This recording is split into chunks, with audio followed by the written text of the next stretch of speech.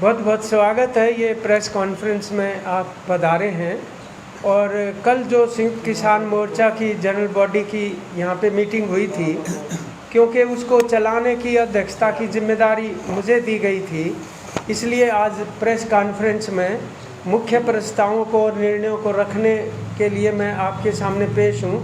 और मेरे जो साथी यहाँ पर बैठे हैं, एक एक करके वो अपनी बात जो है, बलदेव सिंह न्याल सिंह वाला जी हैं, सुरेश कोत हैं भाई, हमारे मंजीत राय जी हैं, हमारे साथी रवि आजाद हैं, हमारे साथी कुहाड़ हैं, अब मनु कुहाड़ जी, गुरबख्श सिंह जी हैं।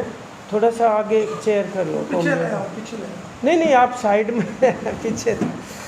तो कुछ वो टिप्पणियां करेंगे, लेकिन एक बार मैं संक्षेप में आपके बीच में जो मुख्य निर्णय हैं उनकी जानकारी दे देता हूँ। आप देख रहे हैं कि 22 तारीख से 22 जुलाई से लगातार किसान संसद जो है वो संसद मार्ग पे चल रही है, और कल हमने इसकी समीक्षा की। अब तक का जो उसका संचालन हुआ है उसके ऊपर कुछ टिप्पणियां हम रखेंगे। फिर 15 अगस्त को जो किसान मजदूर आज़ादी संग्राम दिवस मनाने का निर्णय लिया है देश भर में, उसके ऊपर रखेंगे।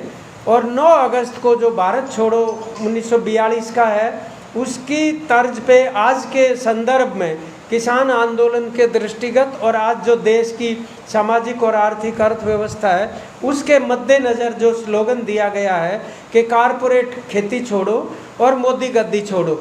इसी प्रकार से 10 तारीख को जो तीज का एक सद्भाव का बहुत बड़ा सौहार्द का त्यौहार है, उसको भी परंपरागत जो हमारा लोक त्यौहार की तरह से पूरा बॉर्डरों के ऊपर भी जहाँ भी हमारे संघर्ष चल रहे हैं और टोलों के ऊपर भी मनाया जाएगा। तो संसद के संबंध में आपके सामने हम ये रखना चाहते हैं कि जितने अनुशासित और शांतिप्रिय ढंग से ये संसद चली है किसानों की, वो अपने आप में एक ऐतिहासिक बात है।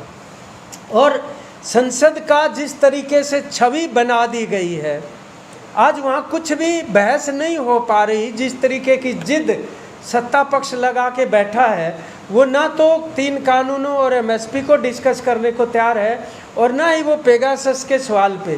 तो जहाँ वो ठप पड़ी है, वहीं पर जो किसान की संसद है वहाँ पूरी गंभीरता और तैयारी के साथ हमारे जो सांसद प्रतिनिधि आते हैं वहाँ पर, उन्होंने बिल्कुल एक एक करके पूरी गंभीरता के साथ जो 60 संशोधन पेश किए हैं। जो ये कहा जाता था कि उनके अंदर काला क्या है, कृषि मंत्री कह रहे थे बताएं, 60 संशोधन उन्होंने पेश किए हैं वहाँ पर, और महिलाओं ने भी पहले जैसे हिस्सा लिया है। इसके अंदर हम आने वाले समय में प्रतिष्ठित नागरिकों को भी, कृषि विशेषज्ञों को, लेखकों को, और जो सेलिब्रेटेड सोल्जर्स हैं, अवार्ड विनर, स्पोर्ट्स पर्सन्स, हमारी कोशिश ये होगी कि शहीद परिवारों को, चाहे वो यहाँ पे बॉर्डर पे शहीद हुए हों या हमारे साथी सीमाओं के ऊपर जो जवान शहीद होते हैं, उनके परिवारों को भी यहाँ पर हम बुलाने का फैसला लिया गया है। इस संसद के अंदर हम उनको आमंत्रित करेंगे। और एक दिन ये संसद 9 तारीख के बाद, क्योंकि 9 तक की अनुमति ली गई थी, उसके बाद अगर इसको आगे एक्सटेंड करना है तो उसके ऊपर 7 तारीख को आने वाली हमारा निर्णय होगा कि आगे कितने दिन तक उसको और किस रूप में संसद को आगे चलाया जाएगा। लेकिन ये बात उसके अंदर आ रही है कि बाकायदा एक अविश्वास प्रस्ताव भी पेश किया जाएगा संसद के भीतर और उसके ऊपर भी बहस की जाएगी। तो ये है हमारे जो साथी हैं दूसरे, मंजीत राय जी, मैं उनसे अनुरोध करता हूं कि वो भी दूसरे निर्णयों के बारे में आपके सामने कुछ रोशनी डालें। साथी मंजीत राय जी। जिमें कि कल संयुक्त दी मीटिंग दे विच चर्चा की गई कि संसद जिहड़ी किसानां दी चल रही है, एक संसद दे पैरल चल रही है। बड़ी बाखूबी एक उहदी विलक्षणता है कि जिन्ने ये हुण तक सरकार कहती रही है कि किसान अनपढ़ ने, इन्हां नूं कुछ पता नहीं है, इन्हां नूं वर्ग लाया गया है। वो किसान अज उत्थे हर सवाल ते अपने तर्क पेश करते हैं और इस सरकार नूं दसदे ने कि जिहड़ी ये बार-बार गल कहंदे ने कि कानूनां 'च की काला है। मैं बहुत बार पहलां भी आख्या कि सरकार दे नाल 11 मीटिंगां होईयां, ਉਸ ਦੇ ਵਿੱਚ ਇਹਨਾਂ ਦੇ ਜਿਹੜੇ ਐਕਸਪਰਟ ਸੀ ਉਹਨਾਂ ਨੂੰ ਕੋਈ ਜਵਾਬ ਨਹੀਂ ਆਇਆ ਔਰ ਸਾਡੇ ਐਕਸਪਰਟਾਂ ਨੇ ਉਹਨਾਂ ਦੀ ਬੋਲਤੀ ਬੰਦ ਕਰਤੀ ਜਿਹਨੂੰ ਕਹਿ ਦਿਓ। ਪਰ ਉਹ ਜਿੰਨਾ ਵੀ ਇਹਨਾਂ ਨੇ ਰਿਕਾਰਡਡ ਕੀਤਾ ਹੋਇਆ ਸੀ ਉਹ ਕਿਸੇ ਨੂੰ ਵਿਖਾਇਆ ਨਹੀਂ ਔਰ ਬਾਰ-ਬਾਰ ਇਹ ਕਹਿੰਦੇ ਰਹੇ ਕਿ ਇਹ ਜਿਹੜੇ ਕਿਸਾਨ ਨੇ ਇਹਨਾਂ ਨੇ ਕੋਈ ਤਰਕ ਨਹੀਂ ਦਿੱਤਾ। ਸੋ ਉਹਦੇ ਕਰਕੇ ਓਪਨਲੀ ਇਹ ਜਿਹੜੇ ਸੰਸਦ ਦੇ ਵਿੱਚ ਤਰਕ ਦਿੱਤੇ ਨੇ ਉਹ ਬਾਖੂਬੀ ਇੱਕ ਇੱਕ ਕਿਸਾਨ ਨੇ, ਸਾਡੀਆਂ ਭੈਣਾਂ ਨੇ ਜਿਹੜੀਆਂ ਇੱਥੋਂ ਗਈਆਂ ਸਨ ਇੱਕ ਦਿਨ 26 ਤਰੀਕ ਨੂੰ। ਸੋ ਉਸ ਤਰੀਕੇ ਦੇ ਨਾਲ ਇਹ ਸਾਰਾ ਜਿਹੜਾ ਸੰਸਦ ਚੱਲ ਰਹੀ ਹੈ, ਸੰਸਦ ਦੇ ਪੈਰਲਲ ਇੱਕ ਰਿਕਾਰਡ ਹੈ ਇਸ ਵਾਰ ਕਿ ਇਹ ਜਿਹੜੀ ਇਹਨਾਂ ਦੀ ਸੰਸਦ ਹੈ ਉਹ ਬਿਲਕੁਲ ਨਹੀਂ ਚੱਲ ਰਹੀ। ਗਵਰਨਮੈਂਟ ਦੀ ਸੰਸਦ ਬੰਦ ਹੈ ਔਰ ਕਿਉਂਕਿ ਜਿਹੜੀ ਅਸੀਂ ਵਿਪ ਜਾਰੀ ਕੀਤੀ ਹੋਈ ਹੈ ਉਹਦਾ ਵੀ ਅਸਰ ਵੇਖਣ ਨੂੰ ਮਿਲ ਰਿਹਾ ਅੰਦੋਲਨ ਦਾ, ਤੇ ਇਹ ਜਿਹੜੀ ਸਾਡੀ ਸੰਸਦ ਹੈ ਉਹ ਬਿਲਕੁਲ ਸਫਲਤਾਪੂਰਵਕ ਚੱਲ ਰਹੀ ਹੈ। ਸੋ ਇਹ ਸੰਸਦ ਬਾਰੇ ਹੋਈ ਚਰਚਾ। ਤੇ ਦੂਸਰੀ ਗੱਲ ਜਿਹੜੀ ਹੈ ਉਹ 9 ਅਗਸਤ ਨੂੰ ਭਾਰਤ ਛੋੜੋ ਜਿਹੜਾ ਦਿਵਸ ਹੈ ਉਹਦੇ ਮੱਦੇਨਜ਼ਰ ਜਿਹੜੀ ਹੈਗੀ ਆ, ਹੁਣ ਆਪਾਂ ਇਹ ਕੱਲ ਪਾਸ ਕੀਤਾ ਸੰਯੁਕਤ ਕਿਸਾਨ ਮੋਰਚੇ ਸਾਰਿਆਂ ਰਲ ਕੇ ਕਿ ਕਾਰਪੋਰੇਟੋ ਖੇਤੀ ਛੋੜੋ ਔਰ ਮੋਦੀ ਗੱਦੀ ਛੋੜੋ। ਸੋ ਇਹ ਨਾਰਾ ਦਿੱਤਾ ਹੈਗਾ ਕਿ ਕਿਉਂਕਿ ਜਿਹੜੇ ਕਾਰਪੋਰੇਟ ਆ ਉਹ ਕਬਜ਼ਾ ਕਰਨਾ ਚਾਹੁੰਦੇ ਨੇ ਕਿਸਾਨਾਂ ਦੀ ਖੇਤੀ ਤੇ ਔਰ ਨਰਿੰਦਰ ਮੋਦੀ ਦੀ ਮਦਦ ਦੇ ਨਾਲ ਹੋ ਰਿਹਾ ਸਾਰਾ ਕੁਝ। ਨਰਿੰਦਰ ਮੋਦੀ ਜੀ ਜਿਹੜੇ ਆ ਉਹ ਉਹਨਾਂ ਦੀ ਹੈਲਪ ਕਰ ਰਹੇ ਨੇ, ਇਸ ਕਰਕੇ ਗੱਦੀ ਛੋੜੋ ਉਹਨਾਂ ਨੂੰ ਆਖਿਆ ਜਾ ਰਿਹਾ। ਸੋ ਅਗਲੀ ਗੱਲ ਜਿਹੜੀ ਹੈ ਉਹ मैं बलदेव सिंह निहालगढ़ जी। बलदेव सिंह निहालगढ़ जी। सभी मीडिया कर्मियों का आज के इस जहाँ पधारने पर स्वागत है। और मैं बात कर रहा है, जैसे मेरे साथियों ने कहा है कि जो साढ़े हम समीक्षा की है कल की बैठक में, जो हमारा 22 तारीख से संसद में किसान संसद चल रही है, उसकी 2 बातें अहम हैं। एक तो ये कि हमारे जो वहाँ बहस हो रही है, तीनों कानूनों को हम रद्द कर चुके हैं अपनी किसान संसद में, और जो बिजली बिल है उसको अमेंडमेंट जो बिल है उसको भी हम रद्द कर चुके हैं, और पराली के मुद्दे पर भी हमने बहस करके कर दी है। और हम जो देख रहे हैं कि देश की जो संसद है उसमें अब तक 19 तारीख से चला है, उसमें अभी तक कुछ घंटे ही काम चला है, करीब 1 दर्जन से ज़्यादा वहाँ काम नहीं हो पाया। और दूसरी और हमारा जो 10 दिनों का है उसमें करीब 50 से 60 घंटे जो है हमारी संसद है चली है। उसमें उच्च पाए का जो बहस हुई है सभी लोगों ने की है, और उसमें किसान संगठनों के बहुत अच्छे वक्ता जिन्हों का बड़ा उस इतिहास में बड़ा उनका योगदान है, वो सभी लोग जो हैं उन्होंने जो बहस की है वो उच्च पाए की है। उसमें सारी दुनिया में उसकी चर्चा हुई है कि किसान लोग भी एक पासे खेती करते हैं, जिनको अनपढ़ कहा जाता है, वो भी वही देश को चला सकते हैं। इसीलिए ये एक बहुत दूसरे पासे इसका हमने कुछ हज़ारों रुपया खर्च कर 10 दिन संसद को चलाया है, और दूसरी तरफ देखें तो कई करोड़ रुपया हर रोज़ वहाँ जाया चला जाता है और संसद में कोई काम नहीं हो रहा, क्योंकि सरकार है जो भाजपा वो जिद्दी सरकार है, मोदी सरकार वो कुछ करना नहीं चाहती, जो उसका मन की इच्छा है वो पूरी हो तो करेगी। तो जो हमारा विरोधी अपोजिशन है उसने भी जो पिछले समय में इस मानसून सेशन में किसानी की बात की है, 3 बिलों पर जो अब बात की है अभी इनको रद्द किया जाए, और सरकार इस जिद पर अड़ी हुई है कि इस पर बात करने को तैयार नहीं। इसीलिए जो हमारा संसद लगा है उसने हमारे लोगों को, सारे देश को अपना ध्यान इस ओर खींचा है। और यहाँ बात करें तो 9 अगस्त का जो हमारा फैसला है वो भारत छोड़ो आंदोलन है के नाम पर जो हम मनाते हैं, उसमें हम एक फ़ैसला किया है कि कारपोरेट भारत छोड़ो और मोदी जो गद्दी छोड़ो, वो हमारा नारा है। उस दिन हम जो एक्शन करेंगे वो हमारा ये होगा। और 15 अगस्त का जो है वो हम अपने तरीके से मनाएंगे। 11 से 1 बजे तक किसान मजदूर आज़ादी संग्राम की मतलब से, क्योंकि तो दिवस पर, ताकि उसको जो है लोगों को इस गल का प्रचार किया जाए कि पिछले 70-75 वर्षों में देश को आज़ाद होने के बाद भी आज तक इन लोगों की है जो कोई बात नहीं सुनी गई। सो ऐसे जो हमारा है कार्यक्रम जो आगे बढ़ता रहेगा और हम एक दिन अवश्य जीत प्राप्त करेंगे। सुरेश कोथ जी हमारे वरिष्ठ साथी। आदरणीय साथियों, वैसे हमारे सीनियर साथियों ने 2-3 बातें बताई, मैं थोड़ा समय नहीं बताऊंगा। समीक्षा का मतलब होता है हमने किस मकसद से संसद लगाई थी, क्या हम उसमें कुछ हासिल कर पाए या हमारा जन संसद हम पहले भी हमने खूब अटेंड की है, किसानों के मुद्दों पर और हमारा क्या नाम है मजदूरों के मुद्दे पर, जन संसद के नाम से जैसे हम चला रहे।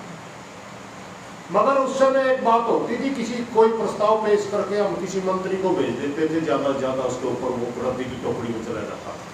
ये हमारा उस तरह का प्रोग्राम नहीं है। बहुत से मीडिया के साथ इसको एक जन संसद की तरह देखते हैं, उस तरह प्रोग्राम नहीं था हमारा। ये जन संसद चलाने के मकसद दो ही थे कि सरकार बार बार झूठ बोल रही थी कि ये बिल किसानों के हित में, उपभोक्ता के हित में।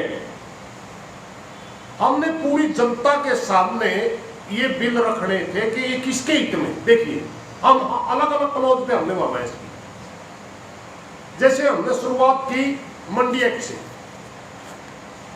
और मंडी एक्ट के अंदर कितनी खामियां हैं और किस खामी के तहत हमारी मंडियां टूट जाएंगी अगर प्राइवेट प्लेयर आए तो, ये हमने उजागर किया। और ये भी हमने उजागर किया कि प्राय आप जिस जो बात कर रहे हैं ओपन मंडी की, 70% किसान का उत्पादन आज भी मंडी से बाहर बिकता है, ओपन मार्केट में बिकता है। सरकार किसान को नहीं जानती किसान किसे कहते हैं। किसान उत्पादन करने वाले का नाम होता है, मात्र मोटा अनाज पैदा करने वाला किसान नहीं होता। चाहे अमूल का उत्पादन कर रहे, शहद का उत्पादन कर रहे, दूध का उत्पादन कर रहे, फल का उत्पादन कर रहे, सब्जी का उत्पादन कर रहे, मसाले का उत्पादन कर रहे हैं, लकड़ी का उत्पादन कर रहे हैं, ये सब किसान की कैटेगरी में आते हैं। और ये सारी की सारी चीजें हमारी ओपन मार्केट में ऑलरेडी बिक रही हैं। मूर्ख बना रहे, कहते ओपन मार्केट के फायदों का नहीं पता आपको। अरे 1933-34 से पहले हमें पता था कि ओपन मार्केट के अंदर किसान के साथ कैसी लूट होती थी। ना हमारे को मोल की गारंटी थी, ना हमारे को तोल की गारंटी थी। जब एपीएमसी एक्ट बना करके सर छोटू राम ने हमारे को अधिकार दिया मंडी के अंदर, सबसे पहले दो ही अधिकार दिए गए थे कि किसान को तोल को मोल के अंदर गड़बड़ नहीं होनी चाहिए। मंडी के रजिस्ट्री के अंदर किसान की फसल और उसका वेट और उसका भाव लिखा जाता है। अगर उसके साथ ठगी होती है तो कोर्ट के अंदर वो रजिस्टर मान्य है और वो अपना दावा पेश करके अपना अधिकार ले सकता है। ये चीजें हमने उभारी। दूसरी बात है, हमने बताई कि आप ओपन मार्केट की बात करते हैं। पंजाब बिहार के अंदर 2006 में ओपन मार्केट की थी, वहां किसान का कितना खून चूस लिया गया, आपको पता नहीं है क्या? इसी तरह हमने दूसरे बिलों के ऊपर भी चर्चा की। यानी हमारा मकसद था कि पूरे देश के किसान को के सामने कि सरकार की जो बातें चल रही, सरकार सिर्फ झूठ बोल रही है। इनकी बजाय अगर ये बिल लागू होते तो किसान को मार दिया जाएगा। इसी तरह असेंशियल कमोडिटी एक्ट जिस दिन महिलाओं की हमारी संसद थी, उस दिन बताया गया कि एक कमेटी बनाई थी शांता कुमार की अध्यक्षता में, उसने रिपोर्ट दी थी कि एफसीआई को तोड़ दिया जाना चाहिए, फूड कारपोरेशन ऑफ इंडिया। उसका एक ही काम है किसान से अनाज खरीदना और उपभोक्ता को अनाज देना। अगर एफसीआई नहीं है तो पीडीएस नहीं है, पीडीएस नहीं है तो गरीब बन जाएगा। उपभोक्ता के ऊपर इतना बुरी तरह इफेक्ट करेगा वो कानून। आपसे आज आपको पता है स्टोर की वजह से सोयाबीन जब किसान की थी 1600 रुपये बिकती थी, आज आपको पता है कितना रेट है उसका। सरसों जब हमारी गई 6000 कई साल से बिकी, आज सरसों का तेल 200 रुपये 3 गुना रेट बढ़ गया। पता है आपको? क्योंकि जो आवश्यक वस्तु अधिनियम के तहत लिमिट होती थी वो तोड़ दी गई। साथियों, ये चीजें उभारने के लिए हमने संसद लगाई थी कि किसान को ये बिल कैसे मारेंगे और हमें एमएसपी का कानून क्यों चाहिए, ये उभारना हमारा मकसद था। दूसरी बात रही क्रांति दिवस की, 9 अगस्त को क्रांति दिवस होता है। महात्मा गांधी जी ने 1942 में एक नारा दिया था, अंग्रेजों भारत छोड़ो। उसी की तरफ से हमने कारपोरेट को भगाने के लिए, मोदी तो कोई चीज ही नहीं है। मोदी क्या चीज है? हमारा चुना हुआ जब चाहेंगे वापिस कर लेंगे, जनता का है, जनता का चुना हुआ। जब जनता नाराज हो जाएगी वापिस कर लेंगे उसको। लड़ाई कारपोरेट से है, लड़ाई बहुत बड़ी है, इंटरनेशनल लेवल की लड़ाई है, छोटी लड़ाई नहीं है। उनको ये बताने के लिए कि आपको हिंदुस्तान की मंडियों में एंट्री नहीं मिलेगी, छोड़िए आप ये जिद, क्योंकि आपको पता है जिस दिन ये बिल लागू हुए, इनका ड्राफ्ट भी, इन बिलों का ड्राफ्ट भी मल्टीनेशनल कंपनी ने तैयार किया था, उन्होंने ही इसको लागू करवाने के लिए किया। चलो तो थोड़ा लंबा हो गया होगा शायद साथियों, मैं सिर्फ है ये दूसरी बात 15 अगस्त की जो आती है, 15 अगस्त में हरियाणा के बहुत से, जैसे जींद की बात है, बहुत बड़ी ट्रैक्टर यात्रा निकलेगी तिरंगे लगा कर, हिसार के अंदर बहुत बड़ी ट्रैक्टर यात्रा निकलेगी। इसी तरह मीटिंगें चल रही है पूरे हरियाणा के अंदर, हमें लगता है कि हर डिस्ट्रिक्ट के अंदर तिरंगा यात्रा ट्रैक्टरों के ऊपर निकलेगी पूरे भारत में। और मेरे को सिर्फ जानकारी हरियाणा की थी, अगर बात की आपको आप दे दो कोई बात नहीं, मैं छोटा लीडर हूँ, थोड़े एरिया में जानता हूँ।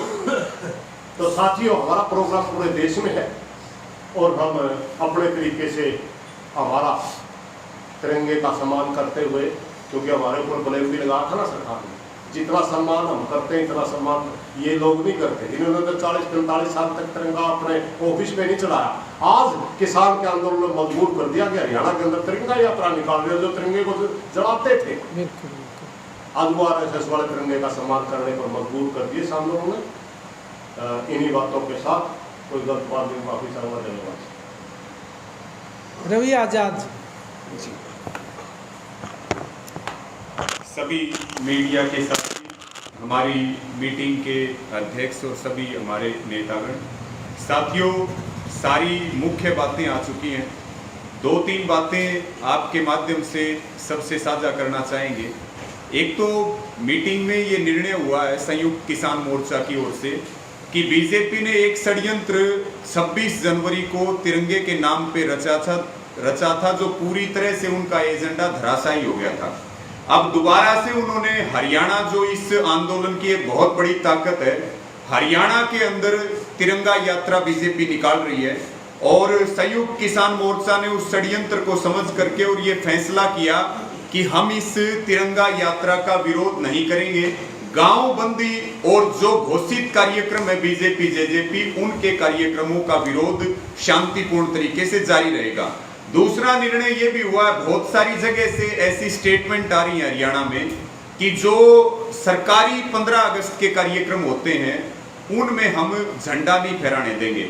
मेरा सबसे निवेदन है कि संयुक्त किसान मोर्चा का जो फैसला हुआ है, जो हम सब शीश झुका करके मानते हैं, और संयुक्त किसान मोर्चा का हर फैसला आंदोलन को तेज गति देने के लिए होता है, तो ये भी फैसला हुआ है कि 15 अगस्त तक, चाहे वो 15 अगस्त का सरकारी कार्यक्रम हो, चाहे यात्रा हो, या और सरकार किसी भी तरह से तिरंगे के रूप में कोई कार्यक्रम करती है, तो उसका हमारी आंदोलन की तरफ से कोई भी विरोध नहीं होगा और जो घोषित कार्यक्रमों का विरोध है सरकार का, वो जारी रहेगा।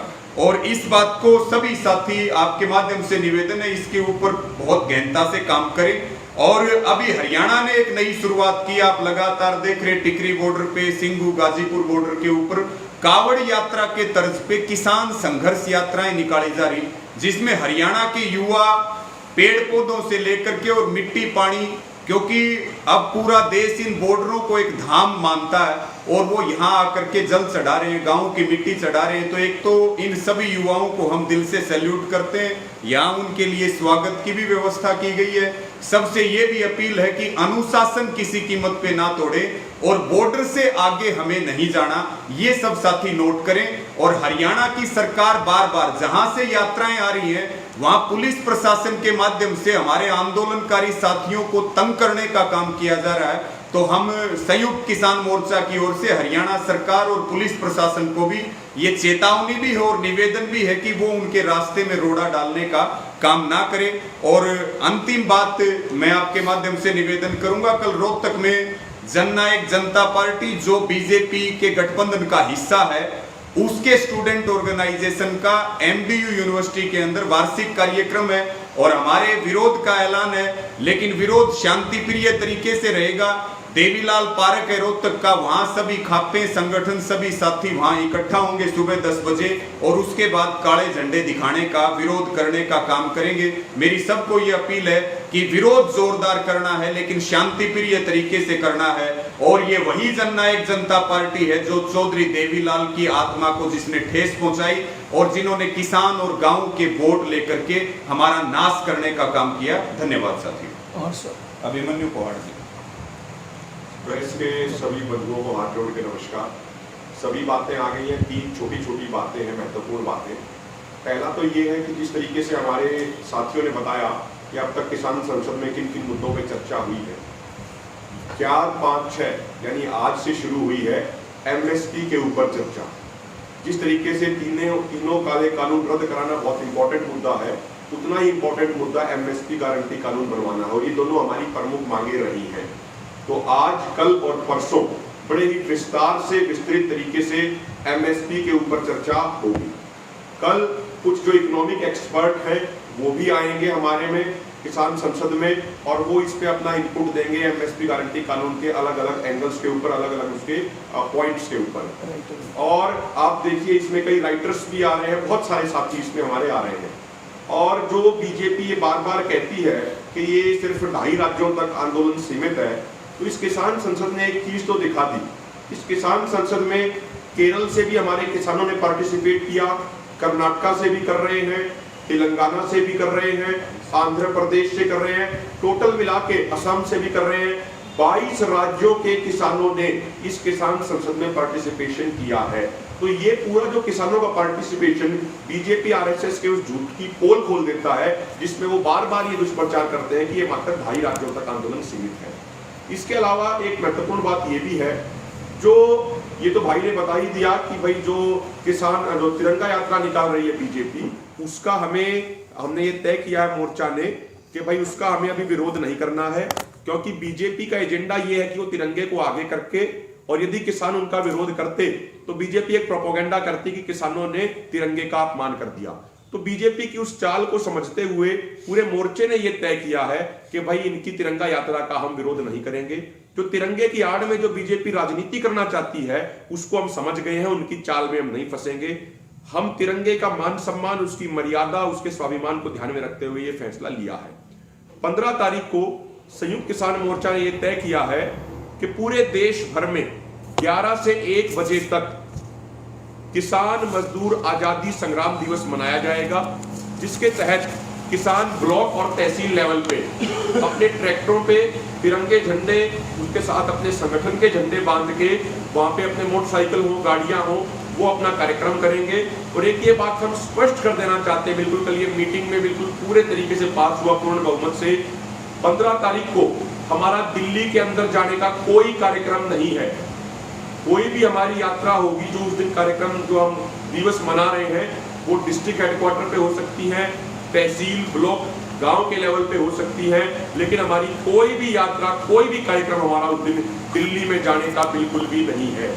ये बात हम बिल्कुल स्पष्ट कर देना चाहते हैं। और एक अन्य बात यह है कि जो कांवड़ यात्रा एक तरीके से किसान मजदूर यात्रा जो बन गई है किसानों की, ये दिखाता है कि ये आंदोलन नौजवानों के, किसानों के रोम रोम में, उनके कण कण में बस गया है। अब मोदी सरकार में इतनी ताकत नहीं है कि वो इन किसानों को हरा दे। किसान इस आंदोलन को निश्चित तौर पे जीतेंगे और मोदी सरकार को पीछे हटना पड़ेगा, MSP गारंटी कानून बनाना पड़ेगा और तीनों कानून रिपील करने पड़ेंगे। धन्यवाद। मेरे से पहले मेरे साथियों ने आपको सब बता दिया है, बोलने की कोई ज़्यादा बात नहीं रही, लेकिन जो केंद्र में सरकार है और हरियाणा में सरकार है, खास करके देश में बीजेपी की है, वो अब हमारे आंदोलन को किसी भी तरह बदनाम करने के लिए पूरी तरह षड्यंत्र रच रही है। हम उसे चौकस रहना है, ये भी हमने सोचा है।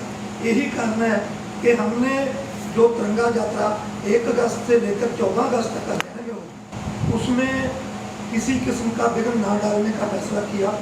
और इसी तरह 15 अगस्त को जो आज़ादी दिवस के रूप में मनाती है हम पूरे देश में, उसमें भी हम किसी किस्म का तिरंगे का उनके विघ्न डालने का प्रयत्न नहीं करेंगे, लेकिन उस तिरंगे का मान सम्मान बढ़ाने के लिए उसका बढ़ाने के लिए हम अपने साथियों को और अपने कारकुनों को ये बेनती करेंगे कि वो भी उस तिरंगे को लेके अपना आज़ादी दिवस मनाएंगे और ब्लॉक लेवल पर मनाएंगे, तहसील लेवल पर मनाएंगे।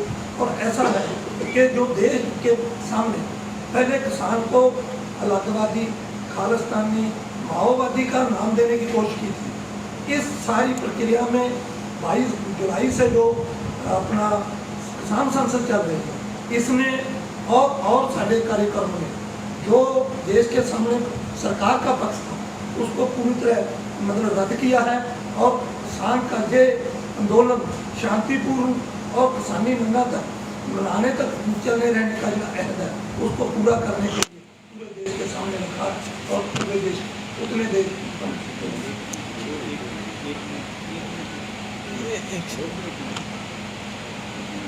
सभी मीडिया हमारियों को बहुत बहुत धन्यवाद आपका। मैं सुखपाल दिल्लावाड़ी PKU हरियाणा कहता हूँ। जैसे कि मेरे से पूर्व सभी ने जो हमारे प्रोग्राम में आपके सामने प्रस्तुत कर दिए, मैं तो एक ही बात कहूँगा, जो तिरंगा है, जो हमारे पूर्वजों ने अपनी कुर्बानी देकर देश के लिए तिरंगा बना है, किसान उसका अपमान कभी भी सहन नहीं करेगा। नंबर 2, हमारी ये जो बीजेपी की सरकार है, ये कह रही है भाई MSP था, है और रहेगा।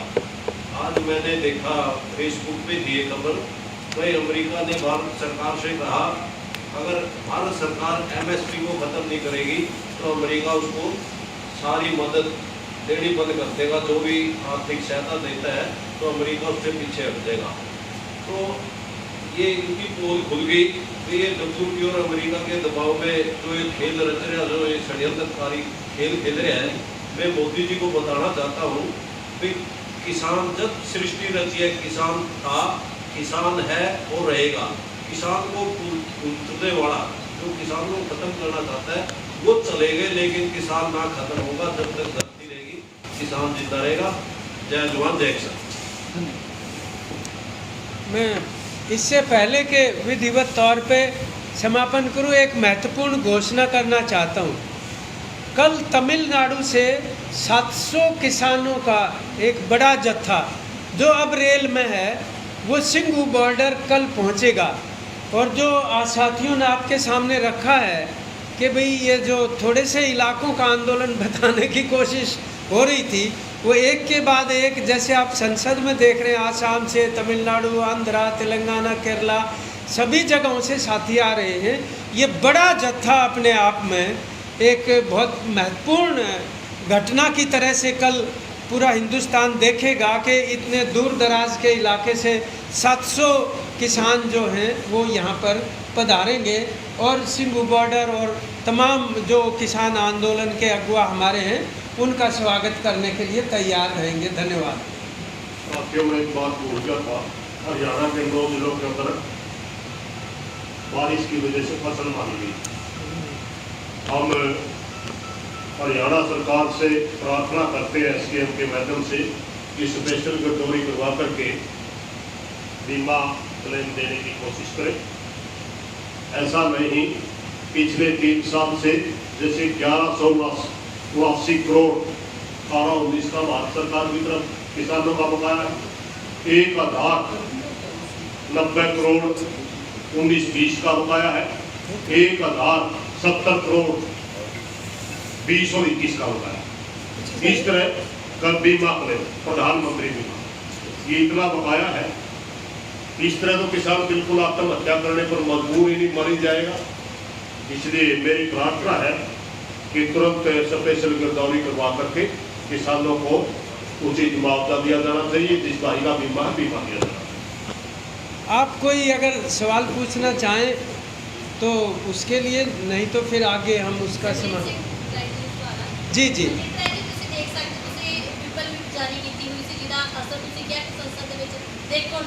और कल कई MP आए जिन्हें पार्लीमेंट के मैंबर भी सी, उन्होंने एक समर्थन दिया।